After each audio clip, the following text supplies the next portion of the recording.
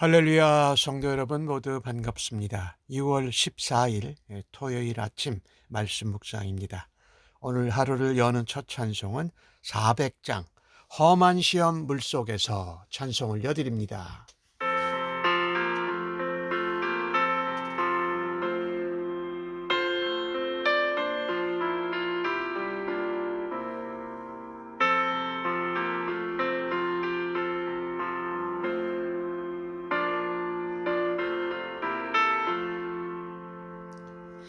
험한 시험물 속에서 너를 건져주시고 또 한 풍랑 지나도록 너를 숨겨주소서. 주여 나를 돌보시사 오이 품어주시고 험한 풍파 지나도록 너를 숨겨주소서. 권세 능력 무한하사 모든 시험 이기고 풍랑까지 다스리는 주님 앞에 비오니 주여 나를 돌보시사 오이 품어주시고 험한 풍파 지나도록 너를 숨겨주소서.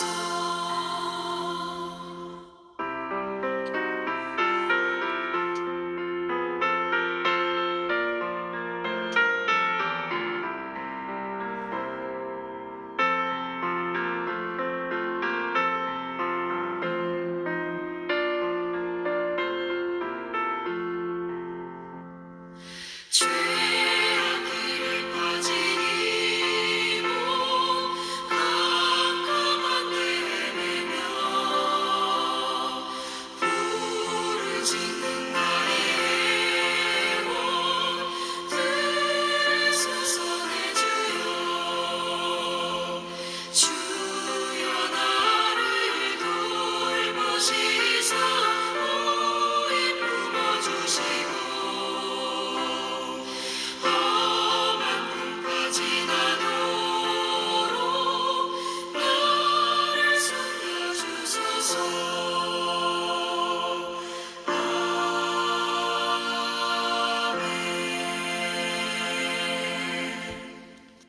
아버지 하나님, 복되고 은혜로운 새날을 허락하여 주셔서 감사합니다. 오늘도 하나님 앞에 말씀을 들고 나왔습니다. 묵상할 때 지혜와 총명으로 깨닫게 하여 주실 것을 기대하고 믿습니다. 오늘도 주의 음성을 분명히 듣게 하여 주옵소서. 말씀을 묵상하면서 하나님의 뜻과 길이 어떤 것인지 깨닫고 오늘 하루를 그 길과 그 뜻과 음성을 따라서 살아드리기를 간절히 원합니다.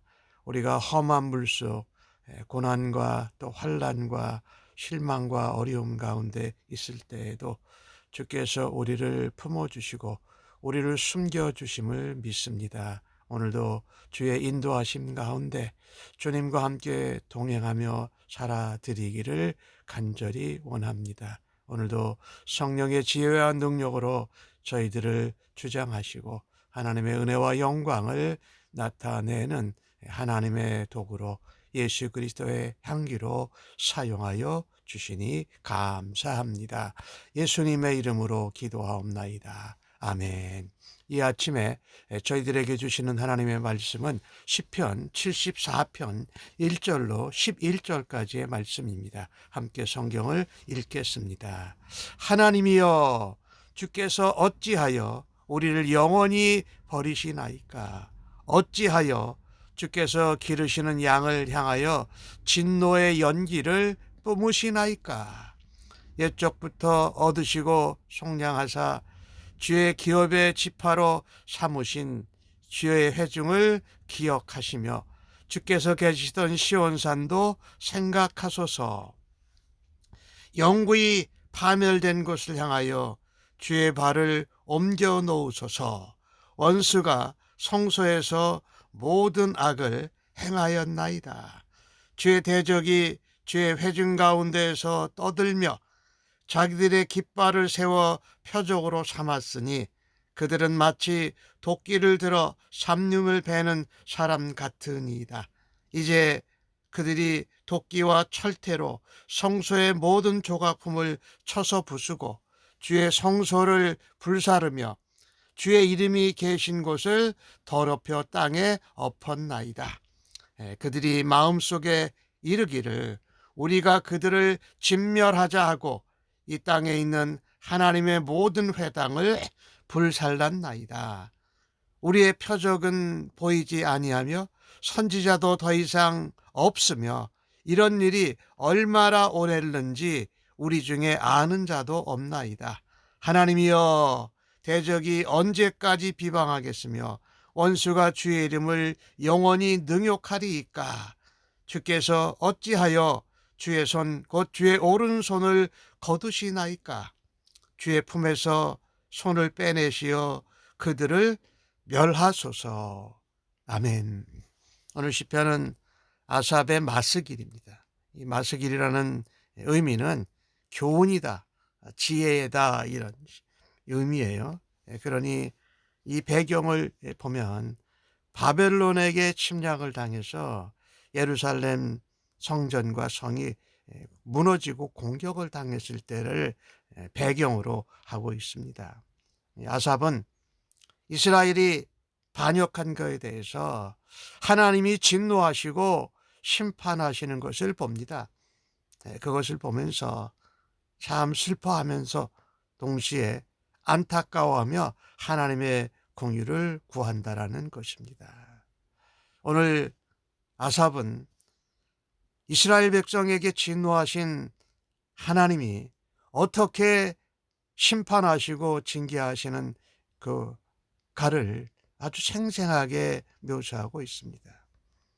바벨론 군대가 하나님이 떠나버린 예루살렘 성전, 여기서 성소라고 표현할 이때는 성전이지요. 성전을 짓밟고 파괴한 그 광경은 정말 충격적이고 참혹합니다. 성전 기구를 모두 다 부수고 불태웠습니다. 하나님과 관계된 것들은 다 제거해 버렸어요. 또 이스라엘 백성들에게서 그들이 하나님 백성이라는 자부심, 그 정체성과 자신감을 완전히 빼앗기 위해서 그들을 완전히 굴복시키려고 했습니다. 처참하게 성전을 부서뜨리는 거지요.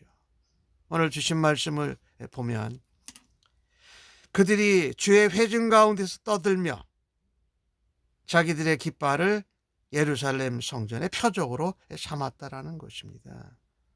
예루살렘이 바벨론의 지배하에 있다. 이방신을 너희들도 섬기고 너희가 믿는 여호와는 더 이상 너희를 지키지 않는다라는 것입니다. 그들이 고함소리, 함성소리, 도끼질하는 소리, 철퇴를 휘두르는 소리로 가득 찼습니다. 하나님은 반역한 이스라엘로부터 하나님이 임재하시고 또 그들에게 주신 복을 거두십니다. 그리고 그들을 심판자인 바벨론에게 넘기십니다.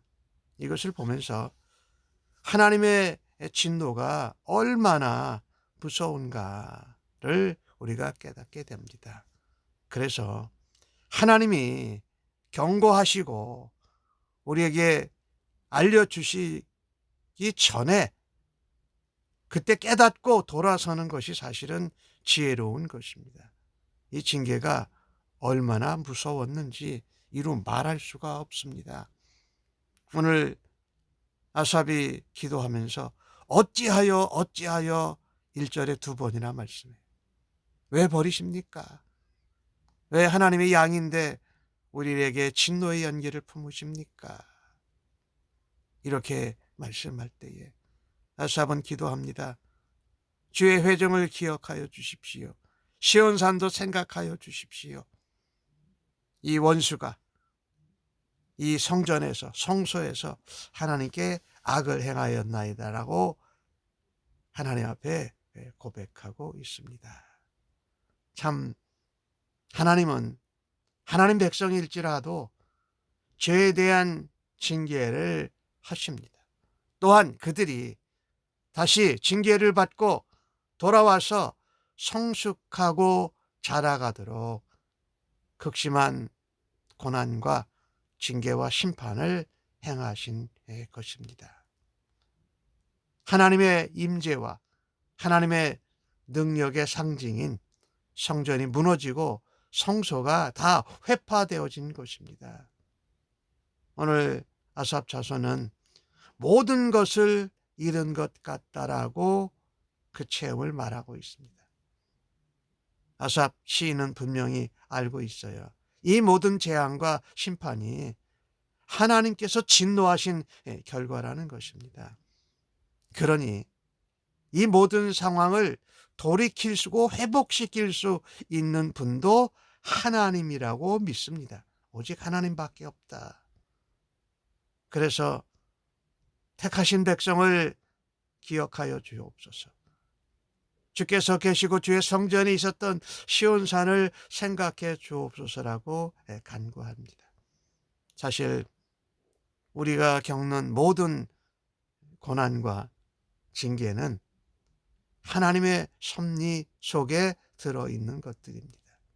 그래서 우리가 해야 할 것은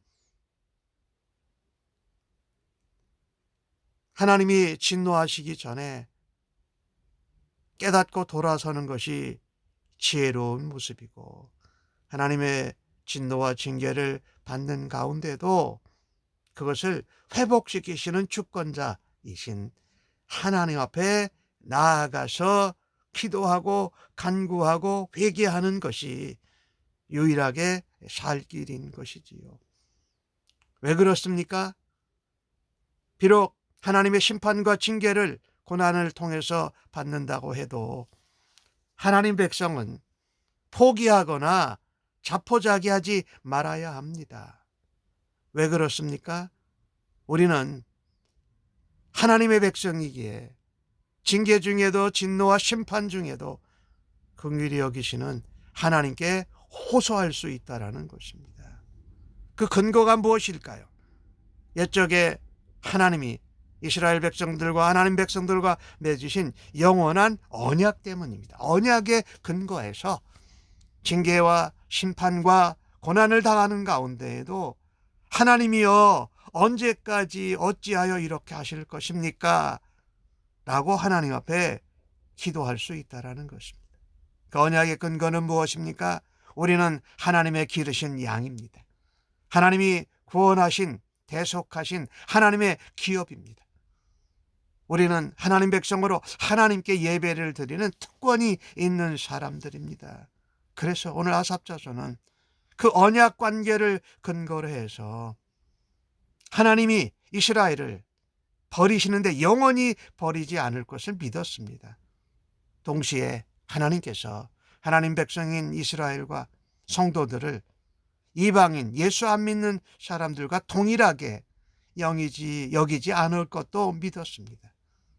따라서 회복의 가능성, 회복의 징후가 전혀 없다고 판단되는 상황에도 하나님 백성들은 낙심하지 말아야 합니다.